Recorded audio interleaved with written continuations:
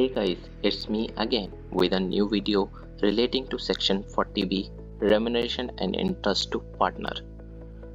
Budget 2024 amend this section as well and accordingly changes I have maximum permissible partners remuneration में.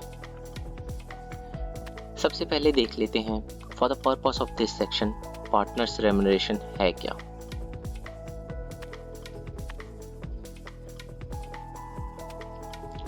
As per section 40B, salary, bonus, commission or remuneration by whatever name called hereinafter referred to as remuneration.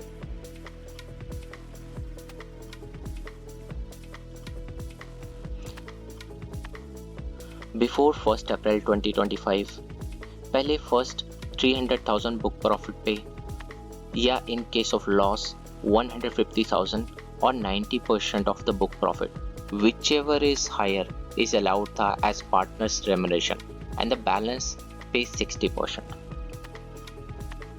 जो 1st April 2025 onward से हो गया है 600,000 book profit पे 300,000 or 90% of book profit whichever is more.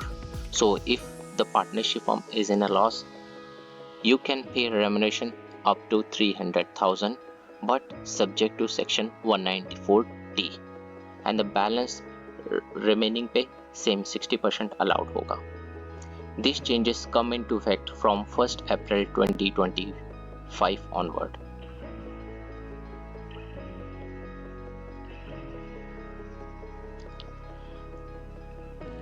Section 40B का legal framework देख लेते हैं. इसमें कुछ कंडीशंस स्पेसिफाई हैं पार्टनर्स की रेम्युनरेशन और इंटरेस्ट से रिलेटेड एंड उसके अकॉर्डिंग ही एक्सपेंस अलाउड होगा.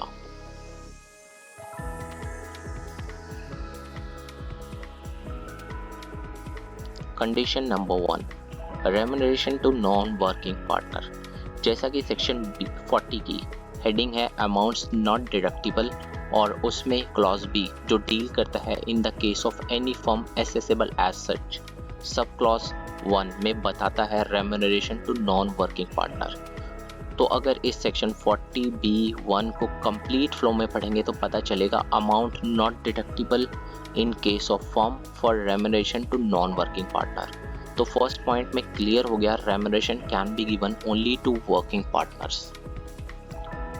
और हमने स्टार्टिंग में देखा था रेम्युनरेशन का मतलब है सैलरी, बोनस, कमीशन और remuneration.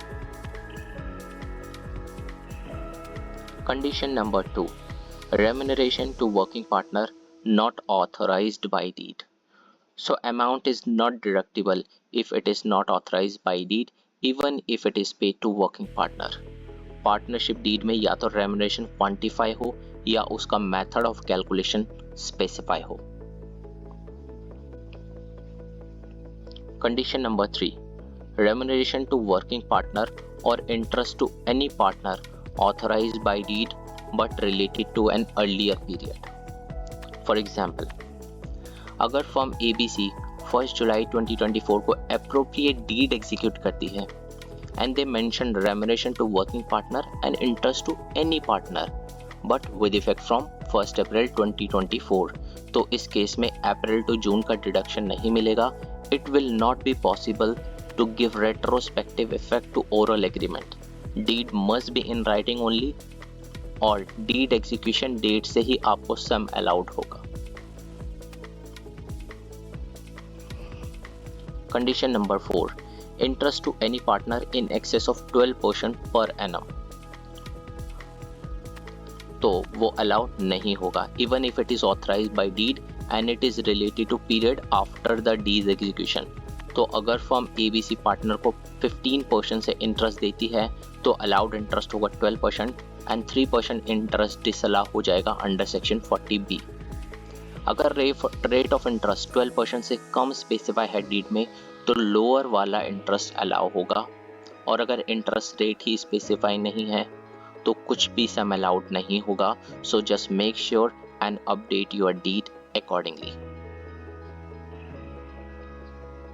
Condition number 5, remuneration to working partner in excess of prescribed limit.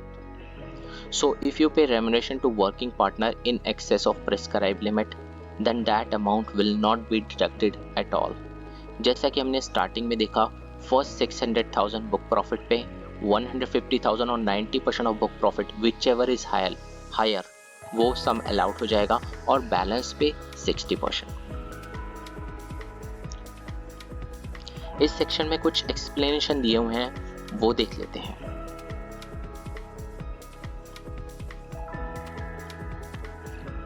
Explanation number 1, अगर कोई इंडिविजुअल पार्टनर है किसी और के बेनिफिट के लिए या किसी के बिहाफ पे रिप्रेजेंट एज अ पार्टनर, तो वो पार्टनर होगा रिप्रेजेंटेटिव कैपेसिटी में। तो इस केस में अगर ऐसे पार्टनर को इंटरेस्ट पे किया होगा तो हमें देखना है कि इंटरेस्ट उसे रिसीव हुआ है रिप्रेजेंटेटिव कैपेसिटी में या अदर देन रिप्रेजेंटेटिव कैपेसिटी में।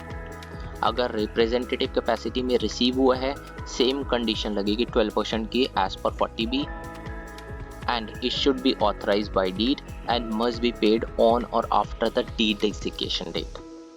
और अगर interest other than representative capacity में पे हुआ है तो सेक्शन 40B को इग्नोर करो and take interest deduction as per section 40A2 related party payment. Explanation number 2, individual normal partner है, it means he is not representing other person, but वो interest receive करता है किसी और के बिहाफ पे, तो इस टाइप के इंटरेस्ट को भी इग्नोर किया जाएगा, सेक्शन 40B एप्लीकेबल नहीं होगा।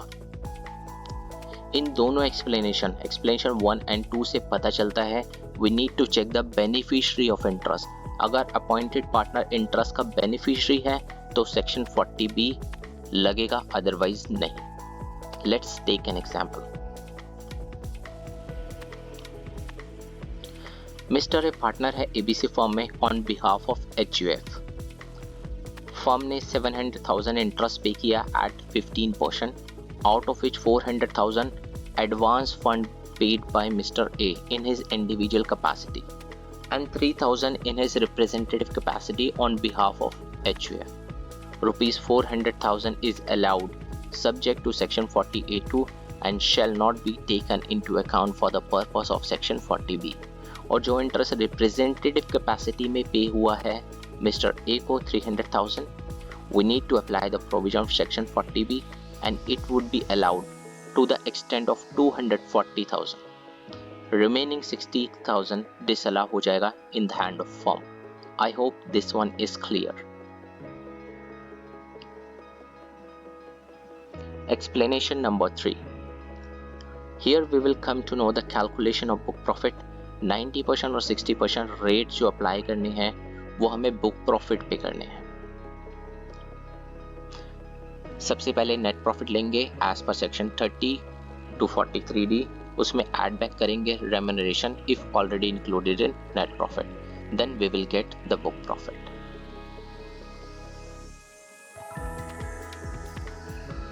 अब देख लेते हैं net profit as per section 30 to 43D कैसे कैलकुलेट करेंगे।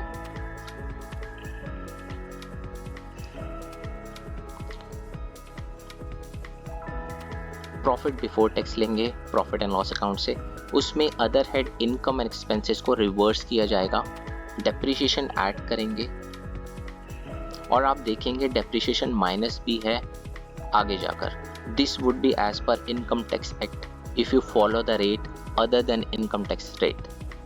और ब्रॉट फॉरवर्ड डेप्रिसिएशन भी माइनस किया जाएगा because it is covered by section 32(2).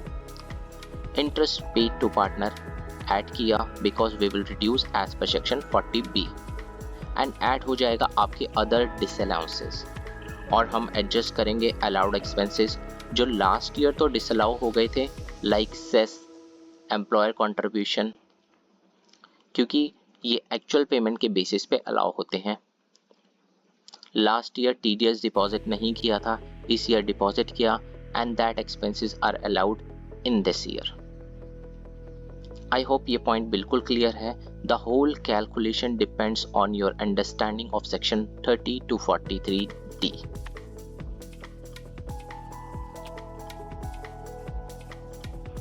अब बात करते हैं एक्सप्लेनेशन 4 की, उसके बाद कुछ एग्जाम्पल्स देखेंगे।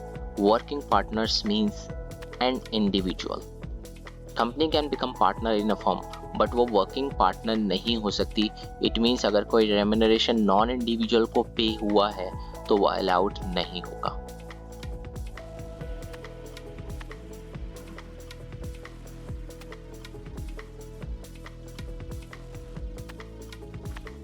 एग्जाम्पल 1. फर्म की इनकम स्टेटमेंट दी हुई है और हमें कैलकुलेट करना है maximum permissible remuneration.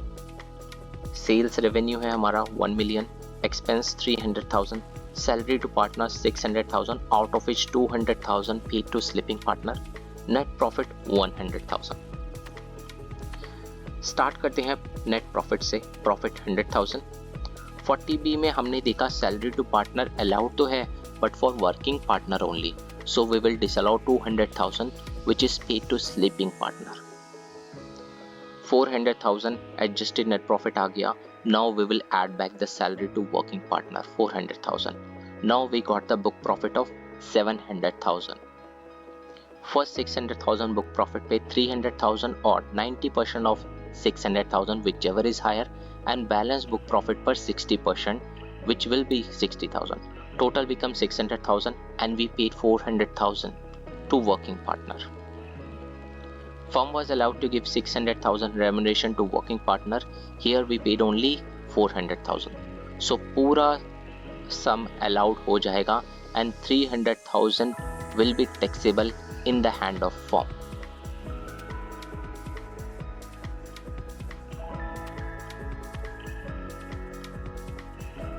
Example 2. Sale 1 million, expense 300,000, interest 50,000 at 15%, salary to working partner 600,000, net profit 50,000. इस केस में इंटरेस्ट ऐड बैक करेंगे और 12% अलाउड होगा as per section 40B and we will get adjusted profit 60,000. उसमें remuneration add करेंगे 600,000 की. Book profit will be 660,000 for the calculation of maximum permissible remuneration. First 600,000 पे 90% और रिमेनिंग पे 60%. अमाउंट आएगा 576,000. हमने पे किया 600,000. 24,000 की रेम्यूनरेशन डिसअलाउ हो जाएगी.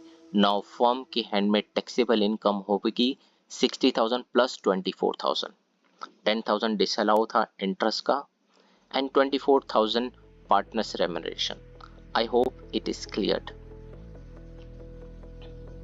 Next देखेंगे क्या partner remuneration taxable है in the hand of partner.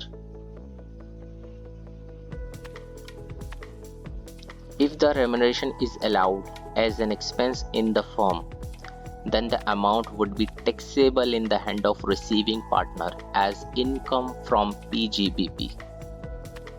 और अगर रेम्यूनरेशन डिसअलाउड है in the hand of firm, जैसा कि हमने एग्जाम्पल 2 में देखा, 24,000 एक्सेस रेम्यूनरेशन डिसअलाउड थी. इस केस में एक्सेस 24,000 पार्टनर के हैंड में टैक्सेबल नहीं होगी बिकॉज फर्म ऑलरेडी पे taxes on it. Next video में देखेंगे इफेक्ट ऑफ सेक्शन 194D. अगर हमने TDS डिडक्ट नहीं किया on payment of interest and remuneration to partner तो उस केस में हमारी कैलकुलेशन कैसे होगी. अगर अभी तक आपने सेक्शन 194D की वीडियो नहीं देखी तो पहले आप उसे देखें जिससे आपको बेटर अंडरस्टैंडिंग मिले. Thanks for watching.